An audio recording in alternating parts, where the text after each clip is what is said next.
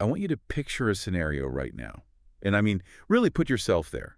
Because I think, honestly, every single person listening to this deep dive has been there at least once. Oh, absolutely. Set the scene for us. Let's hear it.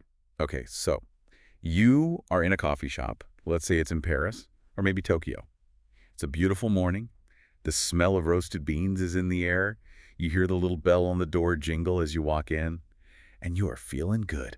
You're feeling really confident Right. And why are we confident in this scenario? because we have prepared. We've done the homework. Right. You have literally rehearsed your order in the shower for 3 weeks straight. You know exactly what you're going to say. I would like a large latte with oat milk, please. You've got the vocabulary flashcards practically burned into your retina. The grammar conjugation's perfect. You are so ready to nail this interaction. The stage is set. You are entirely prepared for glory. Exactly. You step up to the counter. The barista looks up at you. Maybe they're, wiping down the counter or they look a little busy, but they look you right in the eye and they say one simple word. Hello. And then And then nothing. the silence, the dreaded silence. Absolute terrifying silence. It's not just that you forgot the word for oat milk or whatever. It is like your entire mental hard drive has just been completely wiped clean. Your mind goes completely white.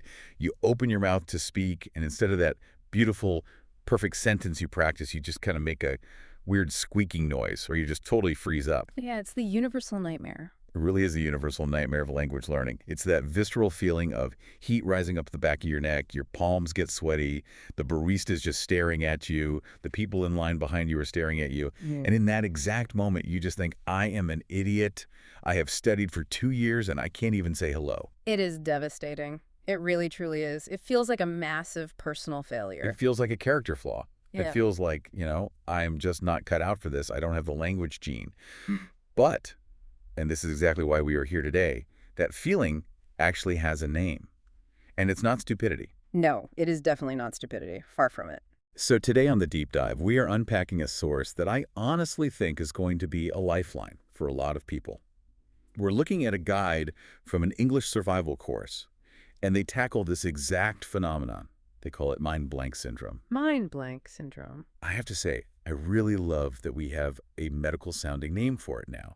It makes me feel, I don't know, slightly less crazy. It makes me feel like a patient dealing with a condition rather than just a failure. That is actually a very healthy way to look at it. And honestly, you should feel less crazy.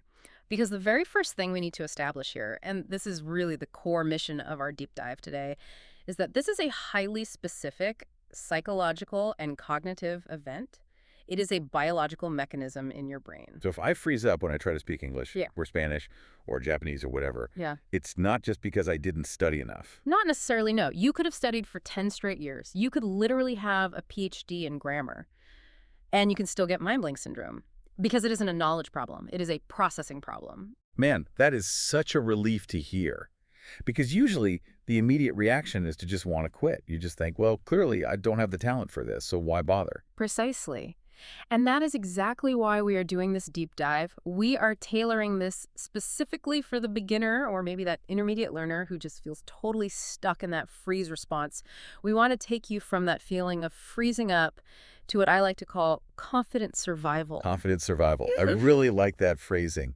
Because we aren't aiming to write Shakespearean poetry here, right? We are just aiming to get through the interaction without passing out. Exactly. We are purposefully going to lower the bar of expectation so that we can actually raise the level of real communication.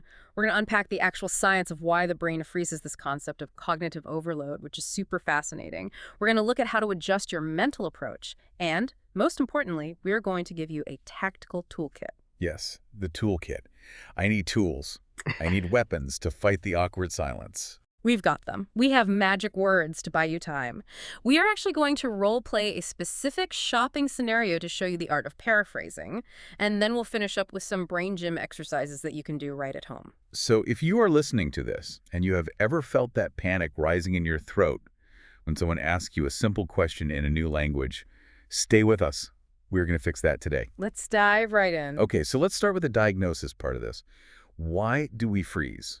Because when I'm in that moment, standing in front of that barista, it really just feels like a glitch in the matrix. It feels like my brain has completely betrayed me. It definitely feels that way. But let's look at the biology for a second. The source material is very, very clear on this. It is scientifically not the learner's fault. It all comes down to a concept called cognitive overload. Cognitive overload. It sounds like a computer error. That is actually the perfect analogy, and to really understand this, I want you to imagine that your brain is a smartphone. Okay. Like the one sitting in my pocket right now. No, no, not the one in your pocket. That one is probably a brand new, super high-speed model. I want you to imagine a smartphone from, say, 10 years ago. Oh, wow. Okay, yeah, I'm picturing it. It's thick. The screen is probably cracked. The battery lasts about 20 minutes on a good day. Right. It's got maybe 2 gigabytes of RAM if you're incredibly lucky. Now, I want you to imagine taking that old beat-up phone and trying to run a modern, high-definition, 3D, open-world video game on it. Yeah, that is not going to go well at all. What happens to the phone? Well, I get super hot, the screen freezes up, you get that little loading wheel that just spins and spins and spins, and eventually the whole app just crashes. Exactly. The hardware itself isn't broken. The phone is perfectly fine for what it was originally built for, making calls, maybe sending a simple text message.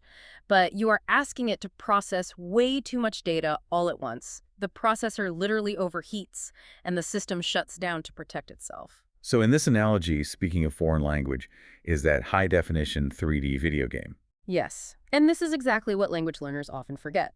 We think speaking is easy because we do it in our native language all day long without breaking a sweat. But when you speak your native language, that app is fully optimized. It just runs in the background. It takes almost zero processing power. Right, I don't have to think about grammar or word choice when I speak my native language. It just sort of flows out of me. Right. But the second you switch to a new language, you are suddenly opening 5 or 6 incredibly heavy applications simultaneously. Okay, let's actually list these applications out, Mm, because I think we really underestimate how much work we are actually doing in those moments. for sure. Application 1 is vocabulary retrieval. You aren't just easily saying words.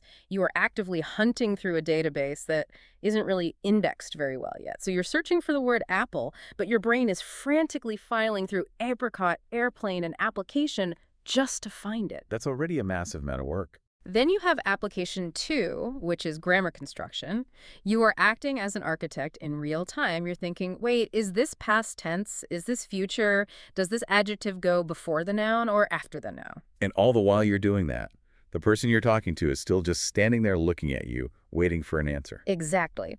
Which brings us to application 3, pronunciation monitoring. Your mouth muscles are literally trying to make physical shapes they have never made before. You are consciously thinking, where exactly does my tongue go to make this specific sound? Wow. And application 4. Social decoding. You are trying to read the other person's face. You're analyzing, are they bored? Are they angry with me? Did they even understand what I just said? You are trying to be polite. You're trying to follow all these unfamiliar cultural norms. God, it is exhausting just listening to you list them all out. And then we hit the biggest app of all, the one that drains, I'd say, 80% of your battery instantly. Oh no, which one is that? The emergency switch, or you could call it the anxiety app. Ah, yes. The please don't let me look stupid app. Exactly. This is the perfectionism creeping in. If you go into a conversation thinking, I must be perfect, I absolutely cannot make a mistake here, you are adding a massive emotional load to that already overheated processor. So the anxiety itself takes up the processing power that you actually needed to just find the word apple. Precisely. It is a literal resource war in your head. Your brain has a limited amount of RAM, or working memory. When you get nervous, your brain's threat detection system, the amygdala, kicks into high gear. It basically yells, danger, we are under attack. Under attack from a bored barista. Yes. To your ancient primal brain, social embarrassment actually feels like a literal threat to your survival. So what does it do? It diverts all the energy away from the higher thinking centers, which is where language processing lives, and sends it straight down to the survival centers. Wait, so it literally shuts down the language part of my brain just to help me, run away faster? Yes, you become physically unable to speak because your brain is preparing you to fight a tiger, not order a vanilla latte. That is wild. It really is just pure biology. It is biology. The mind blank isn't a character flaw. It is your brain saying, too many tabs open, system overheating, emergency shutdown initiated. You know, that actually makes me feel so much better. It means when I freeze, it's not because I'm dumb. It's because I actually care too much. I'm trying too hard to be perfect. Exactly. You are overloading the system with expectations. Okay, so we know the beast now. We know it's a processor error.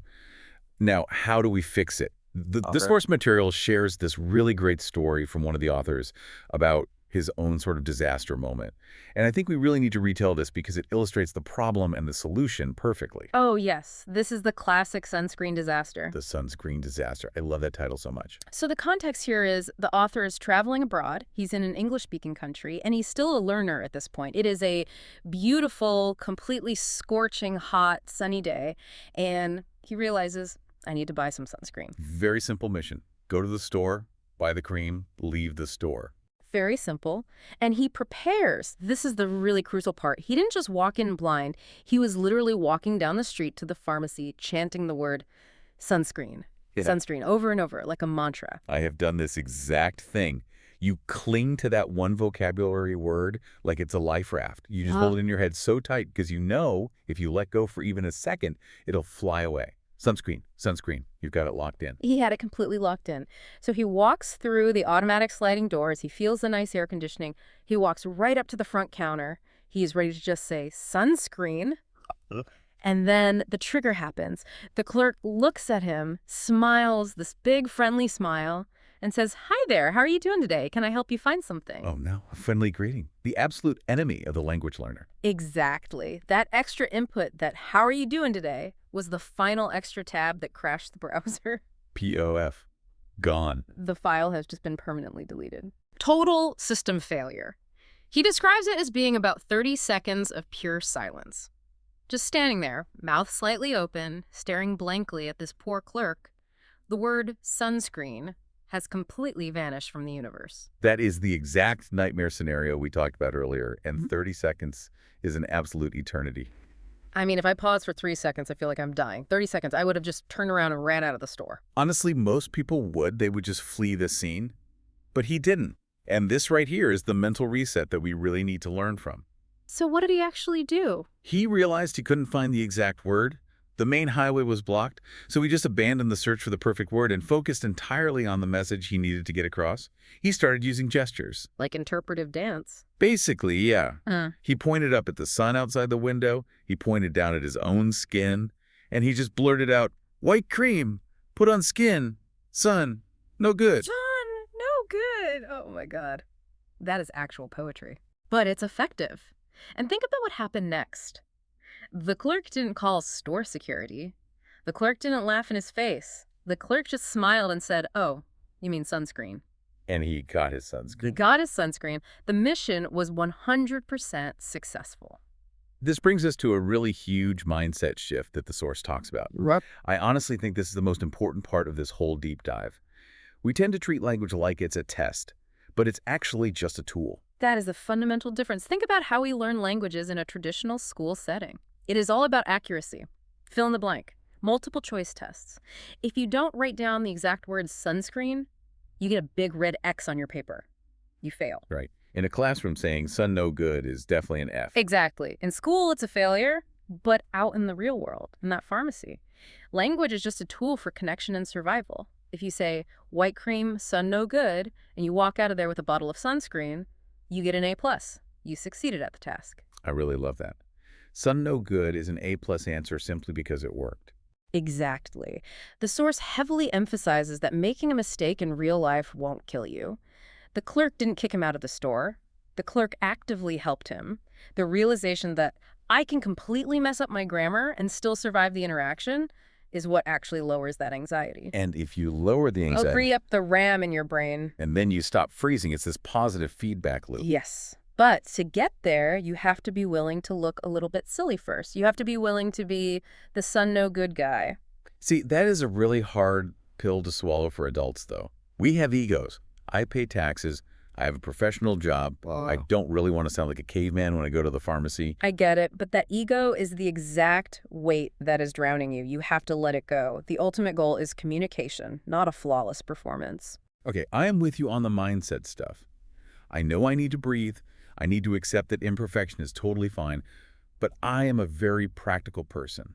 I want actual tools. If I am standing there and my mind goes completely blank, I need something to fill that awful silence. I can't just mime putting on lotion every single time I forget a word. No, depending on where you are applying the imaginary lotion, that might actually get you in a lot of trouble. Exactly. I need verbal tools.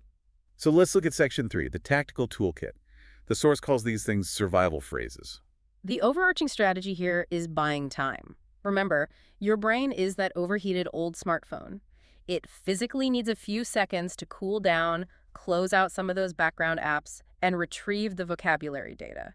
You need to actively create a buffer zone. So we aren't just trying to nervously fill the silence, we are actively managing the interaction. Correct. We are managing the silence so it doesn't curdle into awkward silence. Okay, give me the first tool. The first phrase is incredibly simple, but the real magic is in the delivery. It is simply, well, or, let me see. Just, well. It sounds almost too simple to work. It is simple, but you can't just say it quickly and sharply. You can't just go, wow. Why not? Because if you clip it short like that, it sounds like you're done talking. Or worse, it sounds dismissive. The absolute secret here is what we call the stretch. You have to really elongate that vowel sound. You have to say, will, or, see. Why does the stretch matter so much? Is it just to annoy the other person? No. It sends a very specific auditory signal to the listener. Think about elevator music. Elevator music. Yeah. When you are on hold on the telephone with the company and you hear that slightly cheesy jazz music playing, what does that music actually tell you? Well, it tells me the call hasn't disconnected yet. It tells me the system is still working on my problem. Exactly. That elongated wheel is your personal elevator music. It tells the listener, I have heard your question. I am not ignoring you. My system is currently processing. Please hold. Oh, that is such a great way to think about it. Yeah. Because if I just stand there and stare at you silently, you probably think the line is completely dead. Right. You think the person either didn't hear you or just doesn't understand a word of English. But if you give them that wheel, you are actively holding the floor. You are maintaining complete control of the conversation. And doing that stretch buys you what? Like 3 seconds? 3 to 5 seconds usually. And in the world of cognitive processing, 3 seconds is an absolute eternity. That is more than enough time for your amygdala to calm down, realize you aren't being chased by a tiger, and for your memory to actually find the word. Okay, I really like that. Be the elevator music. Got it. What is the second survival phrase? This next one is fantastic for when you are totally caught off guard. Like maybe someone asks you a question you really weren't expecting. You just say, that's a good question. That's a good question. Ooh, I like how that sounds. It sounds very, I don't know, sophisticated. It really does. It sounds highly professional. It makes it sound like you are deeply pondering the complex philosophical implications of whatever they just asked you. Even if the question is just, do you want a receipt for this? Well, okay, maybe don't use it for that. But if a coworker asks, hey, what did you do this weekend? And your mind instantly goes blank because you suddenly can't remember the past tense of the verb go, you can just nod slowly and say, that's a good question. It makes you look totally calm and collected on the outside, even if you are literally screaming on the inside. It completely masks the internal panic. And as a bonus, it strokes the other person's ego just a little bit. Everyone likes to be told that they ask good questions. It's a total deflection tactic. I love it. Okay. Hit me with number 3. The source mentioned this was the author's personal favorite. Yes, it is. The phrase is, how should I put this? How should I put this? This one is a bit different because it actually changes the entire dynamic of the conversation. You are basically thinking out loud. You are signaling to the other person, look, I know exactly what I want to say. I have the concept in my head, but I am currently searching for the precise English words. And what does doing that do to the listener? It invites collaboration. It turns the conversation from a high-pressure solo performance into a team sport. How so? Well, most people are inherently pretty kind. If they see you struggling a bit, but they see you actively trying, and you use a phrase like, how should I put this? They will almost always jump in to help you. They'll start offering options like, oh, do you mean this? They start doing the guessing for you. Yes, and that is a huge, huge win. You no longer have to carry the entire heavy burden of the conversation all by yourself. You are allowing them to help you carry it. I love that so much. It just completely takes the pressure off. You aren't performing a dramatic monologue. You are building a bridge together with the other person. Precisely. So those are your 3 main weapons. The stretch, which is your wheel. The compliment, which is that's a good question. And the invitation, which is, how should I put this? I honestly feel safer already just knowing I have those in my back pocket. But, and I have to play devil's advocate here for a second, Please do. sometimes, even with the elevator music playing, the word just does not come back. You can stand there and say, wheel, for 10 straight minutes. But if you forgot the word sunscreen, you forgot the word sunscreen, the file is just corrupted. What do you do then? That brings us to the next level of survival skills, the art of paraphrasing. Paraphrasing. The source describes this specific technique as taking the detour route. Explain that metaphor for me. Sure. Imagine you are driving your car to a specific destination. Suddenly, you see that the main highway you always take is completely blocked. There's a landslide or a huge accident. Do you just park your car on the highway and decide to live there forever? Obviously not. I pull up Google Maps on my phone, and I find a side road. It might be a little bumpy, it might take me 10 minutes longer, but I keep the car moving. Exactly. If the specific vocabulary word, the main highway, is blocked in your brain, you don't just stop talking. You take the side roads of description. You explain the underlying concept using much simpler words that you do know. The source actually gives a really specific role-play scenario for this. A coffee shop. I want to break this down step by step because I think this is where a lot of people actually get stuck in real life. Let's do it. Walk us through it. Okay, so let's set the scene again. We are back at the coffee shop. I am the customer. I want to order a latte, but I can't drink regular dairy milk. Let's say I need soy milk. Okay, soy milk. Sounds simple enough, but in this scenario, the specific word soy is totally gone. It has left the building. Right, so step one is the freeze. The barista looks at me and asks, "What can I get started for you today?" And I immediately panic. Okay, so what you do next? Step 2. Step 2, I deploy my filler word. I say, wheel. Perfect. You just bought yourself 5 seconds of processing time. But unfortunately, the word soy is still nowhere to be found. So now we move to step 3, description. You are going to use the phrase, how should I put this? And then you are going to actively describe the object based on its properties. Okay, let me try. So I'm standing at the register. I say, can I please have a latte with, how should I put this, not milk from a cow? Good start. What is it made from if it's not from a cow? Bean milk. Bean milk. See, this is exactly where I cringe. If I actually stood there and said bean milk in English to some cool tattooed barista, I would feel so ridiculous. I feel like I sound like a 3-year-old.